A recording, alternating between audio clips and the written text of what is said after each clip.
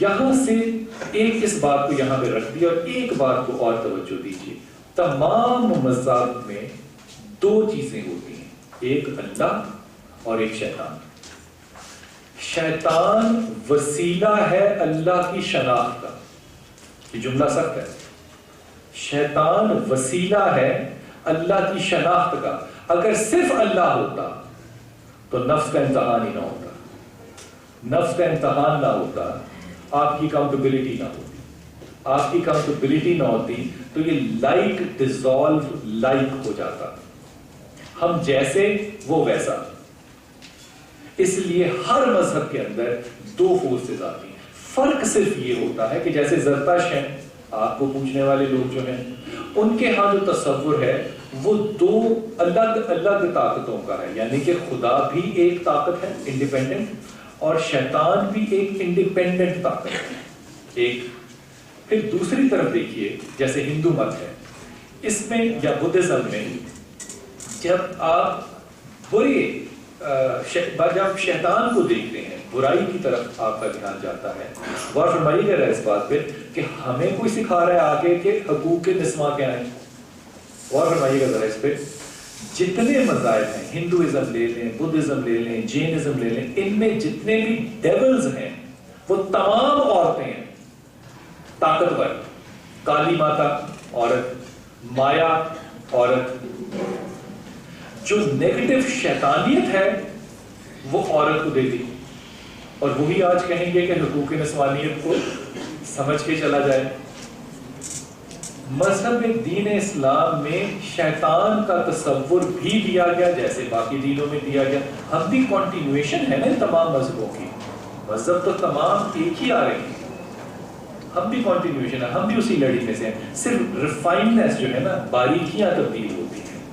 اللہ نے ہمیں بھی تصور دیا شیطان کا، پھر اللہ نے اس کے ساتھ ہمیں ایک حکمت بھی دی، یہ بھی بتا دیا کہ یہ شیطان تھا نہیں، ہمیشہ سے شیطان نہیں تھا، یہ اس کردار کی وجہ سے شیطان بنا، اور وہ کردار کیا ہے؟ ماشاء اللہ تعالیٰ جو ہم سب میں ہے، میں اعلیٰ ہوں، میں بہتر ہوں، میری زیادہ توقیر ہونی چاہیے، اس مزاج پہ اب اللہ کے سامنے معاذ اللہ اس نے کوئی بدتمیزی نہیں کی، اس نے آواز اونچی نہیں کی، کچھ نہیں کیا۔ اللہ نے اس ایک فرشتے کے استاد کو شیطان ڈکلیئر کس بات پہ کیا؟ اس کے طریقہ سوچ پہ، انداز خیال پہ، اس نے اپنے آپ کو افضل سمجھا، اللہ نے اس کو شیطان کہا، اور تو اس میں کوئی برائی نہیں تھی، اس نے اللہ کے ہونے سے تو انکار نہیں کیا، اس نے صرف ایک مزاج دیا۔ اب غور فرمائیے، یہ پہلو آپ کو کسی اور دین میں نظر نہیں آئے گا کہ یہاں پہ اچھائی اور برائی اللہ اور شیطان کی نہیں ہے، یہاں اچھائی اور برائی مزاج کی ہے۔ آپ کی تربیت کس مزاج کی طرف گامزن ہے؟ مزاج برا ہوا آپ شیطان ہو گئے۔ اب یہ دو فورسز آ گئی۔ اب تیسری ایک چیز جو ہے نا، یہاں تک تو تین ہو گئے، اب تیسری ایک چیز جو ہے نا، دو چیزوں کا آپ سے ذکر کرتا ہوں۔ تیسری جو چیز ہے، اس کو ہم نے اپنی اس دنیا میں اپنی زندگی میں رہتے ہوئے اپنے اندر ڈھال لیا، کسی کے کہنے پہ یا اپنی خوشی سے، اور وہ کیا ہے کہ ایک جب ہم لوگ ڈکلائن کر رہے تھے نا، ہمارا عروج کون سا تھا؟ جب اللہ کے رسول کا وقت تھا، پھر ہم ڈکلائن کرتے ہوئے اس سے ذرا تھوڑے سے کم دور میں آئے جو امیر المومنین کے دور تھے، پھر اس کے بعد اللہ کے رسول نے کہا فتنہ ہی فتنہ، ہم فتنے کے دور میں آ گئے۔ پھر جب ہم ڈکلائن کر رہے تھے تو بادشاہت کا دور بھی بنیادی طور پہ مسلمانوں کے لیے ایک بہت زیادہ کمزور وقت تھا، بادشاہت تو اسلام میں کوئی ایسا سلسلہ ہے ہی تصور نہیں ہے، خلافت ختم ہو گئی، بہرحال وہ اب سلطان بننا شروع ہو گیا۔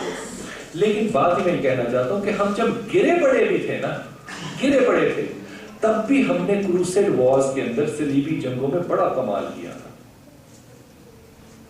صلیبی جنگیں جو کہ ہم نے تقریباً 10 سے 13 صدی کے درمیان میں لڑی۔ کیوں لڑ رہے تھے ہم؟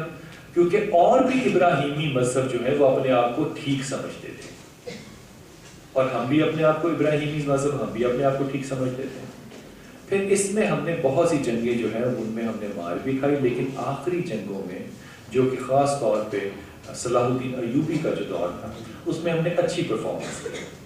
اس پرفارمنس کے بعد اور یہ صلاح الدین ایوبی پتہ کون تھا؟ Have any idea? نور الدین زنگی کو جانتے ہیں نا؟ یہ نور الدین زنگی کا جرنیل تھا. اب کیا نور الدین زنگی اور اس کا جرنیل کیسا ہوگا؟ وہ بھی تو اچھا ہی بچہ ہوگا نا. جب صلاح الدین کا دور ختم ہوا تو پھر ایک فیصلہ جو ہے نا وہ آج کے دور کی طرح ویسٹ نے اس وقت ویسٹ نے کر لیا. انہوں نے کہا اس کو ذرا مارنا تھوڑا سا شاید ڈیفیکلٹ ہو اور اس میں ویسٹیج بہت ہے، ہماری اپنی ویسٹیج بہت ہے. آج بھی آپ غور کریں عراق میں امریکنز کی یورپینز کی ویسٹیج کم، لوکلز کی ویسٹیج زیادہ ہوتی ہے. انہوں نے کہا یہ ٹھیک کام نہیں ہے، ان کو ایک اور طریقے سے مارتے ہیں. اور جس طریقے سے مارا انہوں نے الحمدللہ وہ 2 طریقے تھے، اور آج بھی ہم ان دونوں طریقوں کے معاشرتی طور پہ، معاشی طور پہ اور ذہنی طور پہ غلام ہیں. پہلا طریقہ انہوں نے ہمیں دیا نظام معاش کا، بینکنگ سسٹم، کہ جناب مال کو اکٹھا کرنے والا امیر ہوتا ہے. جب مال کو اکٹھا کرنے والا امیر ہو گیا تو ہم نے سب سے پہلے تقریباً 1236 کے قریب اللہ کے رسول کی ایک سنت کو، ایک حدیث کو اپنی کتابوں اور دلوں سے کاٹ کے پھینک دیا کہ خرچ کرنے والا امیر ہوتا ہے. یہ اللہ کے ہاں آپ نے اپنی ایک کمیٹی ڈالی، ہم نے وہ چھوڑ دی، وہ نظام ہی ختم ہو گیا. اب خرچ کرنے والا بے وقوف اور جمع کرنے والا عقل مند ہو گیا. سو ایک برکت ہماری زندگیوں سے چلی گئی. دوسری برکت جو ہماری زندگیوں سے گئی اس کا نام تھا قبالہ.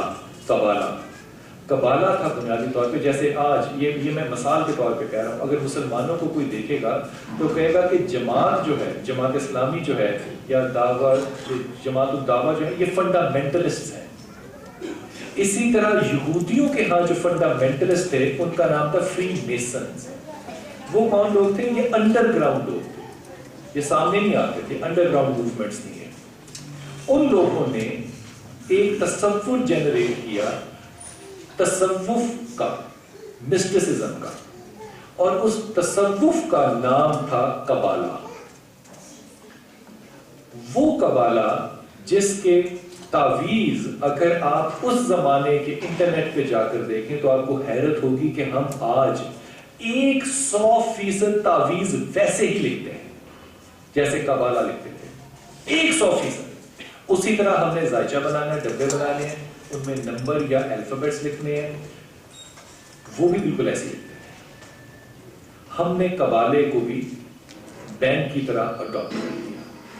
اب یہ بات جو ہے نا یہ زیادہ مشکل نہیں ہے کہ آپ نے کوئی نظام اڈاپٹ کر لیا یا آپ نے قبالہ اڈاپٹ کر لیا. مشکل بات یہ ہے کہ ہم نے ان کو یہود سمجھنا بھی چھوڑ دیا، ہم نے ان کو دین کا حصہ بنا دیا.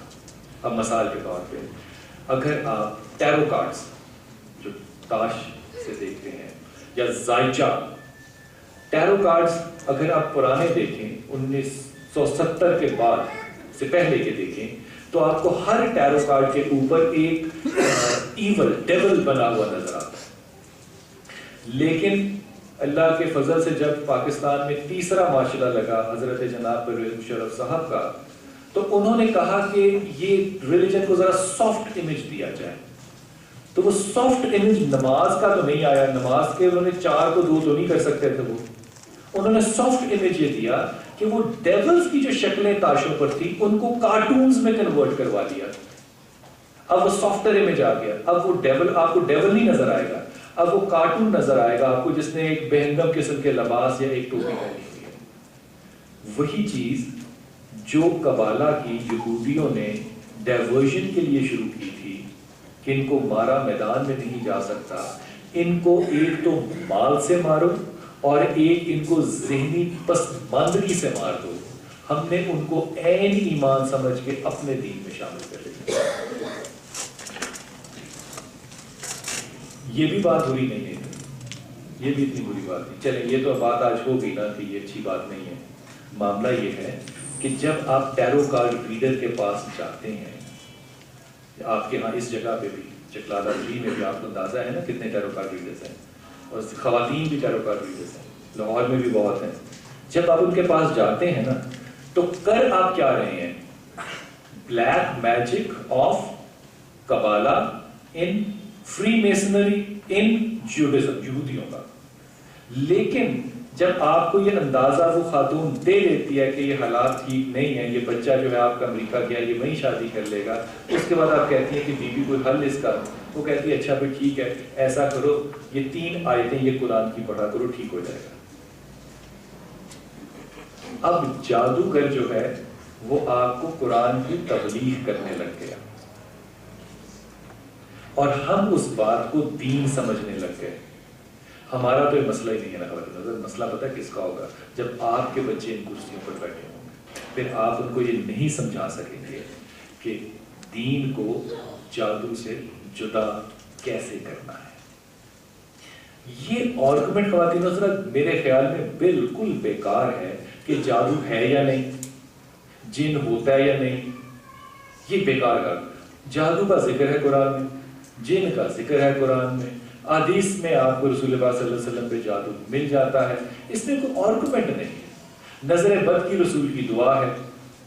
سوال یہ پیدا ہوتا ہے کہ اگر رسول پہ جادو ہو اور وہ 2 آیتوں کے 2 سورتوں کے پڑھنے سے چلا جائے تو کیا میرا قد اللہ کے رسول سے زیادہ بڑا ہو گیا کہ میرا جادو نہیں اترتا؟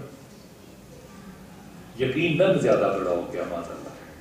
اگر میرا قد رسول جتنا ہوتا معاذ اللہ تو میں بھی فلق اور ناس پڑھتا تو جادو چلا جاتا، میرا نہیں جاتا. اب یہ وہی بات کہ جب آپ اپنے تکبر علم سے اللہ اور اللہ کے رسول کو ڈینائی کر دیں گے تو پھر خدا آپ کی رسی کو دراز کر دے گا. وہ کہے گا پھر تو اسی کو سچ مان، اسی کو سچ مان. اب تیرا رزق کم ہوگا تو جادو، تو چلتے ہوئے گر گیا تو تیرے حسن پہ نظر، کسی نے نوکری سے نکال دیا تو یہ کسی کا جادو. اللہ تعالیٰ نے قرآن حکیم میں سورہ بقر میں 3 صفحے پہ ایک بہت ہی بڑا آپ سے عہد کر لیا، اور وہ عہد کیا اللہ نے کیا، اور ہمیں خدا کی قسم اللہ کے اس کہے پہ یقین ہی نہیں، بالکل نہیں یقین، کیونکہ ہمارے لیے خدا شاید ایک زندہ حقیقت ہی نہیں ہے، ہمارے لیے تصور ہے. اللہ کیا کہہ رہا ہے کہ تمہارا رزق میری ذمہ داری ہے، تمہاری عزت، تمہاری ذلت، تمہاری موت، تمہاری زندگی، تمہاری صحت، تمہاری بیماری، یہی فکریں ہیں نا ہماری.